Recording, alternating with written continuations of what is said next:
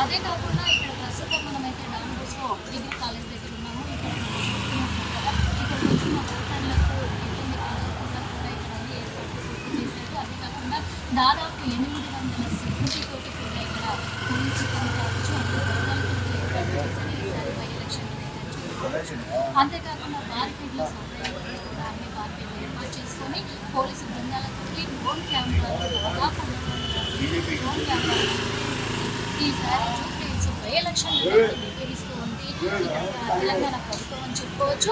ఓ పరంగా చూసుకున్నట్లయితే కాంగ్రెస్ నుంచి నవీన్ యాదవ్, బీఆర్ఎస్ నుంచి సునీత మాత్రమే ఇటు రంగుల దీపంతో ప్రముఖ పోటీ హోరాహోరీగా జరుగుతుందని చెప్పుకోవచ్చు. కాకపోతే ఇవన్నీ జరుగుతున్నప్పటికీ కూడా ఓ పక్క మరి కాంగ్రెస్ నేతలు ఎక్కడ పడితే అక్కడ పోలింగ్ బూత్ల వద్ద విచ్చల వేడిగా ఆక్రమణలు ఎందుకంటే వాళ్ళు ఉల్లంఘిస్తూ మనం చూసాము. రేవంత్ నగర్ డివిజన్లో మాత్రం ఎమ్మెల్సీలు ఎమ్మెల్యేలు వీళ్ళందరూ కూడా రూల్స్ పాటిస్తూ వాళ్ళు ఉంటాము అని చెప్పేసి ఉంటే అధికారం మాకు చెప్పి ముఖ్యంగా మీడియా పైన వాళ్ళు రివర్స్ చెలాయిస్తూ అక్కడ ఉండి వాళ్ళు రెడ్ హ్యాండెడ్గా దొరికిపోతున్నారు. ఇక్కడ వెంగళరావు నగర్లో చూసుకున్నట్లయితే కాసేపటికి క్రితమే కాంగ్రెస్ నాయకులు అక్కడ డబ్బులు పంచుతుండగా కూడా బీఆర్ఎస్ నాయకులు రెడ్ హ్యాండెడ్గా పట్టుకొని పోలీసులకు అప్పచెప్పడం కూడా అదేవిధంగా మరి పార్టీ టీషర్ట్లను వేసుకొని కూడా వాళ్ళు పోలింగ్ బూత్ల వద్ద అయితే కాంగ్రెస్ నేతలు వాళ్ళు విచ్చలవిడిగా వాళ్ళ ప్రచారం ఇంకా కొనసాగిస్తూ ఉన్నారు. టీషర్ట్ల ప్రదర్శన కూడా చేసుకొని ఇక్కడ దాదాపు ఈ బై ఎలక్షన్లు చూసుకున్నట్లయితే కూడా 1763 ఓటర్లు అయితే ఇక్కడ ఇప్పటి వరకు అయితే ఓట్లు నిర్ణయించుకున్నట్టుగా తెలిసింది. ఇక్కడ డాన్ బోస్కో డిగ్రీ కాలేజ్ వద్ద అలాగే మనం చూసుకున్నట్లయితే ఇక్కడ షేక్పేట్ డివిజన్ వద్ద రాజమౌళి ఫ్యామిలీతో జరిగింది. ఎల్లారెడ్డి బీఆర్ఎస్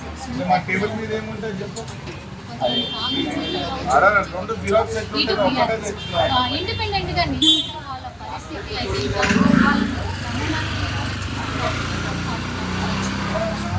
ఇక్కడ ఈ ఎలక్షన్ రేపు 14వ తారీఖున ఓటింగ్ దృష్టిలో పెట్టుకుంటే ఓ పక్కనేమో జిహెచ్ఎంసీ అధికారులు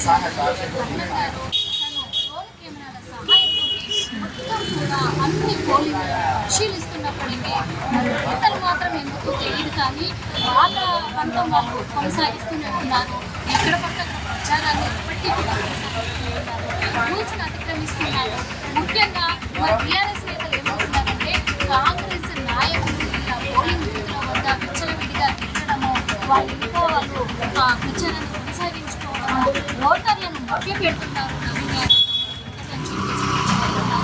వాళ్ళ రౌడీజాన్ని వాళ్ళు కొనసాగిస్తున్నారు. ఇప్పుడే బీఆర్ఎస్ నేతలు అంటూ ఉంటే మరి కాంగ్రెస్ నేతలు ఏమంటున్నారంటే కూడా ఇక్కడ బీఆర్ఎస్ నేతలు అందరూ కూడా ఇప్పటికే ప్రచారం కొనసాగిస్తూ ఉన్నారు అని కాంగ్రెస్ కానీ ఏ పోలింగ్ బూత్ వద్ద చూసుకున్నప్పటికీ కూడా ప్రశాంతంగా ఓట్లు అయితే జరుగుతున్నాయి. ఇక్కడ ఓటర్లకి ఇబ్బందులు కలగకుండా టేబుల్స్ అని కూడా వీళ్ళు అరేంజ్ చేసుకొని ఓటర్స్కి కావాల్సిన సీరియల్ నెంబర్లను అతి త్వరగా అందిస్తూ ఉన్నారు.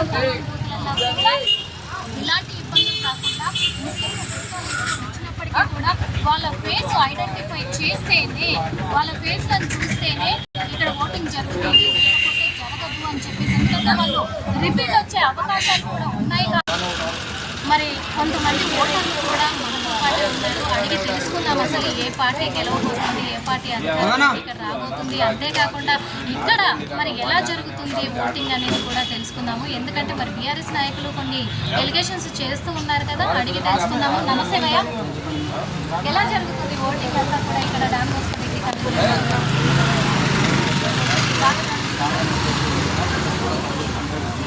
దాదాపు ఉదయం 7 గంటల నుంచి ఇప్పటి వరకు ఎంతమంది ఇక్కడ ఓటు హక్కు నిర్వహించుకుని ఉంటారు ఇప్పటి వరకు? ఓకే, అందరు కాంగ్రెస్ మీరు మరి టీఆర్ఎస్ వాళ్ళు ఎందుకు ఇప్పటికీ చాలా చోట్ల కూడా కొంతమంది కాంగ్రెస్ నాయకులు వాళ్ళు రూల్స్ని అతిక్రమించి పోలింగ్ బూత్లో వద్ద మళ్ళీ ప్రచారానికి ఉన్నారు అని చెప్పేసి కొన్ని విజువల్స్ కూడా వాళ్ళు రిలీజ్ చేస్తున్నారు. ఏమైనా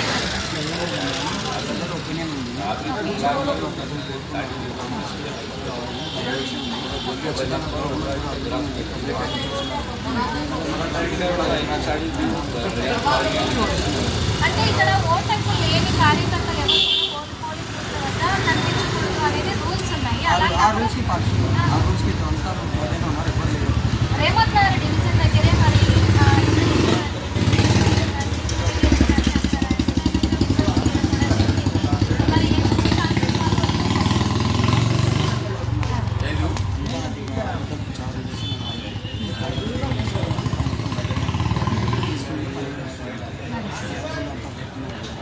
సరే ఈసారి మాత్రము ఎలక్షన్స్ ప్రతి బూత్ దగ్గర ఎక్కడ చూసినా కానీ కొత్తగా కనిపిస్తూ ఉంది.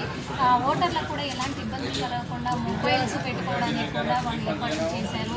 వాళ్ళకి సీరియల్ నెంబర్స్ కూడా కరెక్ట్గా చక్కగా అందిస్తూ ఉన్నారు. ఇంకొకటి టీఆర్ఎస్ కాంగ్రెస్ ముఖ్యంగా టీఆర్ఎస్ వాళ్ళు కాంగ్రెస్ నేతలు టీ షర్ట్లను కూడా ప్రదర్శిస్తున్నారు. టీ షర్ట్లను వేసుకొని కాంగ్రెస్ పార్టీ టీ షర్ట్లను వేసుకొని అంటున్నారు పోలింగ్ బూత్ల వద్ద. ఏం చెప్పారు? ప్రచారం గమనిస్తున్నారు. అసలు టీ షర్ట్లు కాదు, ఓన్లీ మామూలు షర్ట్లు వేసుకొనే పోలింగ్ బూత్లో కూర్చుంటారు. బయట కానీ టేబుల్ కాడ కూడా ఒక షాంపూలు కూడా అది మనం ఓటు షాంపూలు చూపెడతాం కదా పేపర్, ఆ పేపర్ కూడా పోలీసు వాళ్ళు తీసేస్తారు. దాన్ని కూడా కాంగ్రెస్ వాళ్ళు ఏమంటలేరు కదా.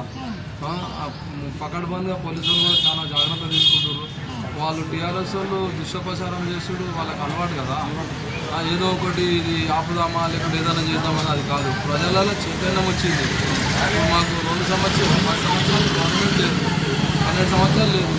జూబ్లీస్ ఎమ్మెల్యే గెలిచింది కాబట్టి గవర్నమెంట్ టీఆర్ఎస్ ఉన్నా కానీ జూబ్లీస్ పబ్లిక్ మనుషులము మేము అభివృద్ధికి నోచుకోలేకపోయినాం, అభివృద్ధి చేయలేదు. ఆయన ఏం చేసినా చీరలు వంచుడు, గిఫ్ట్ ఏది కుక్కర్లు 20 రూపాయలు 30 రూపాయలు పబ్లిక్ పెట్టి భోజనం పెట్టి మబ్బు పెట్టి పబ్లిక్ ఒక్క స్లమ్ ఏరియాలో కానీ కాలనీలో కానీ రోడ్డు అష్టదిద్దంగా ఉన్నాయి. మీరు కూడా చూస్తారు రోడ్ ఎట్లున్నాయి, బస్సులు ఎట్లున్నాయి, పొల్యూషన్ వచ్చి. గతంలో పీజీఆర్ చేసిన పనులే ఉన్నాయి కానీ కొన్ని విష్ణు చేసిన పనులు ఉన్నాయి, ఇంకా ఎవరు చేయలేదు. వాళ్ళ తర్వాత ఆయన విజయరామరావు చేసిన పనులు ఉన్నాయి. ఒక్క పని అన్న కాలనీలో కానీ స్లమ్లలో కానీ చేసిన వాళ్ళకు దళిత బంధు ఇప్పించుకోరు, మళ్ళా డబల్ బెడ్రూమ్ ఇప్పించారు. కానీ ఇప్పుడు మా గవర్నమెంట్ చేసింది ఇప్పుడు ఏంటంటే 200 యూనిట్ కరెంటు ఫ్రీ కదా, మళ్ళీ బస్సు ఫ్రీ ఉంది.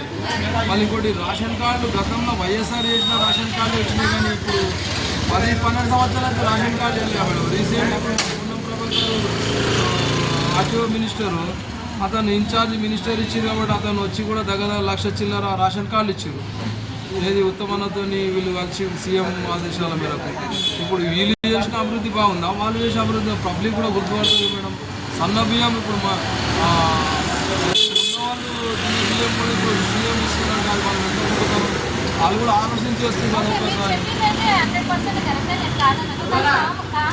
అధికారంలోకి తెచ్చుకోవాలి జూబ్లీహిల్స్లో అని చెప్పేసి పోలింగ్ బూత్లో వద్ద మరి కాంగ్రెస్ నేతలు చేసేది మేడం పీస్ఫుల్గా చేస్తున్నాం మేడం. మాకు సీఎం గారు ఆదేశం ఇచ్చిన మేరకు నిన్న గడబడ కాదు, పోలీసులు విద్యుత్తో పాటించుకుంటా మేము సైలెంట్గా చేస్తున్నాం. ఎందుకంటే వాళ్ళు ఏదో దుష్టప్రచారం చేసి ఆ టీవీలో అది మీరు కావాలంటే చూడండి.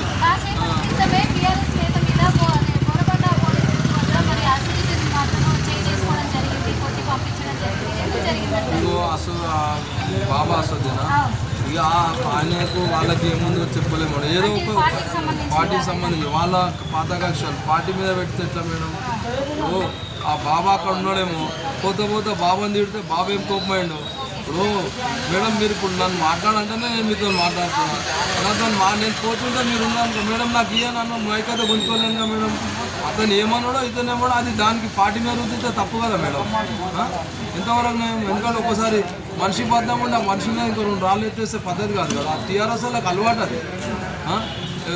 దొంగోట్లు ఉంటూ వాళ్ళు దొంగోట్లు చేయించారు. ఇప్పుడు మేము ఎన్ని చేయించినాము దొంగోట్లు మాకు తెలుసు. మాగంటి గోపినాథ్ బయటకు వెళ్ళి తెప్పించి ఓట్లు వేయించుకున్నాం. ఇప్పుడు వస్తురా మేము అన్ని పక్కన బంద్గా మంచిగా చేసినాం, డోర్ టు డోర్ చేసినాం. ఎవరున్నారు ఎవరు లేరా 100% 100% గెలుస్తాం మేడం. ఎందుకంటే నవీన్ 2 times లీవ్ పడ్డాడు, ఒకసారి సెకండ్ ప్లేస్ వచ్చి ఇంకోసారి లీవ్ పడ్డాడు.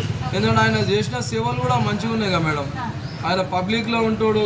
గణేష్ల చంద కానీ, అమ్మవారి చంద కానీ, మండపాలు కట్టించుడు కానీ, ఏదన్నా గరీబులకు పుస్తమట్టలు కానీ, లేడీస్కు గర్భిణీ స్త్రీలకు శ్రీమంతం కానీ ఆయన టాక్ ఎట్లా ఉంది అంటే కూడా ఆల్రెడీ కాంగ్రెస్ ప్రభుత్వం అనేది జనాలలో ఫెయిల్యూర్ అయింది, పథకాలు అమలు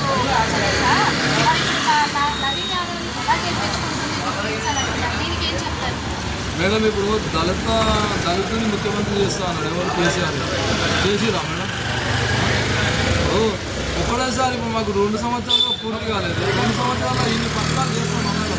అప్పులు కుప్పలు లెక్క చేసిపోయాడు, అప్పులు కట్టలేక సీఎం పర్సన్ అవుతుంది. మళ్ళీ ఆలోచించాలి కదా. మేము చేసినదే ఉంది కదా, మా గవర్నమెంట్ ఎంఎంపీఎస్ మెట్రో రైల్ అయితే మళ్ళీ ఇలా చేస్తున్నారు. వేరే స్టేట్లలో ఇప్పుడు బెంగళూరు కానీ అక్కడ కానీ కొత్త మెట్రో రైలు మళ్ళీ స్టార్ట్ చేసి కదా, మొత్తం స్టార్ట్ చేయలేదు కదా. ఇప్పుడు మీకు హైడ్రా అన్నారు, హైడ్రా కూడా ఎంత మంచిగా ఉంది. అదే హైడ్రా ఇడిచిపెడితే ఎన్ని లక్షల మంది చచ్చిపోతారు, ఎన్ని లక్షలు ఇంటి పోతుంది, అదొకటి ఆలోచిస్తారు కదా పబ్లిక్. మేడం మేము అనుకునేదంటే ఒక 50,000 మెజారిటీ నేను అనుకుంటాను. 50,000 మెజారిటీతో గెలవచ్చు అని అనుకుంటాను. బీజేపీ అంటే అది డిపాజిట్ ఉండదు మేడం, డిపాజిట్ ఉండదు. వాళ్ళు మతతరంగా పోతుంది.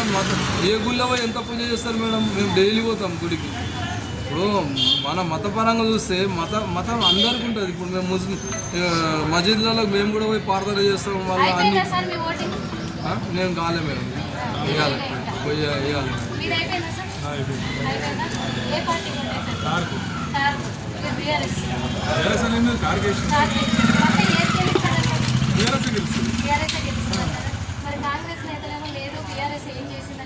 అంటే వాళ్ళ కాంగ్రెస్ నేతల నమ్మకం వాళ్ళకు ఉన్నప్పుడు బీఆర్ఎస్కి అయితే ఖచ్చితంగా ఎదుగుతుంది. కాబట్టి మీకు కూడా తెలుసు, మాకు తెలుసు. మీరు లైవ్లో చూస్తున్నారు, పబ్లిక్ ఒపీనియన్ తెలుసు. దాని ప్రకారం మేము కూడా మా ఖచ్చితంగా నమ్మకం మాకు ఉంది కాబట్టి చెప్తున్నాం. ఎందుకంటే మీకు తెలుసు 2 సంవత్సరాలు అయింది, మాకు ఇంతవరకు ఏం ఛాన్స్ రాలేదని వాళ్ళు అంటారు. కానీ 2 సంవత్సరాలకు ఎన్ని రోజులు అవుతాయి, ఎన్ని రోజులకు టైం ఉంది? డిసెంబర్ 9 తారీఖే నేను సంతకం పెడతా అన్న ఫైళ్ళు లేవు. పెద్దలకు 4,000 ఇస్తానని లేవు, వికలాంగులకు 6,000 ఇస్తానని లేదు, రైతులకు 15,000 ఇస్తానని లేదు. సహజలేమో ఒకటి ఇచ్చారు, ప్లస్ మన ఫ్రీ బస్ ఇచ్చారు. అంతేగాని మిగతా ఏమైనా ఇచ్చిరని చెప్పండి, మనం వెళ్ళి కాంగ్రెస్కి వెళ్తాం. వాళ్ళనే అడగండి ఈ విషయం. చేస్తారమ్మా, 100% చేస్తున్నారు. వాళ్ళ చేతిలో పవర్ ఉంది. మీరు మమ్మల్ని అడగాల్సిన అవసరం లేదు. మీరు ఒక న్యూస్ రిపోర్టర్ కాబట్టి మీకు అన్ని గ్రౌండ్ లెవెల్లో ఏం జరుగుతుందనేది మీకు తెలుస్తుంది. ప్లస్ వాళ్ళ దగ్గర పవరు, పోలీసు 2 వాళ్ళ చేతిలో ఉంది, యంత్రాంగం వాళ్ళ చేతిలో ఉంది. ఖచ్చితంగా వాళ్ళకి తెలుస్తుంది.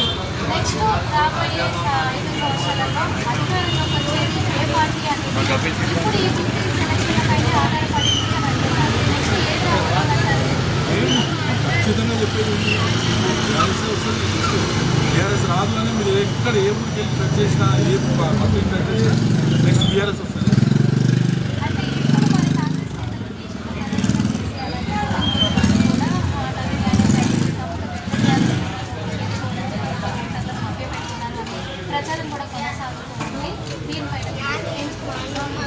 మీకు ఇప్పుడు ఎంత మంచి చెప్పినా యంత్రాంగం వాళ్ళ చేతిలో ఉంది, పోలీస్ వ్యవస్థ వాళ్ళ చేతిలో ఉంది.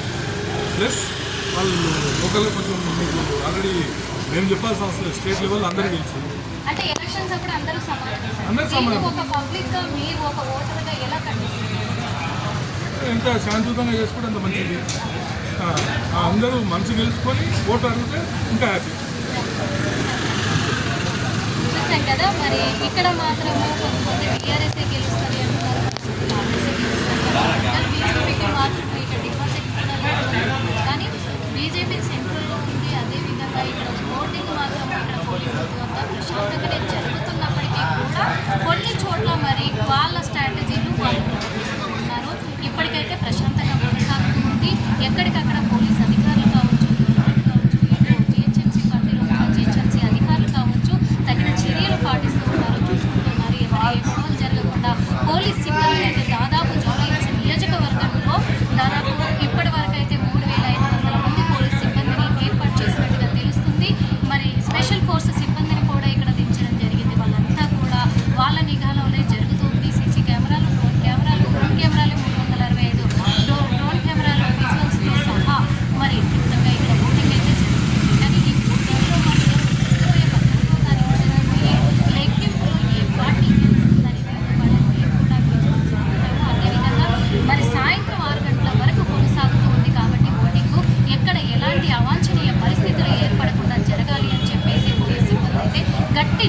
పెట్టి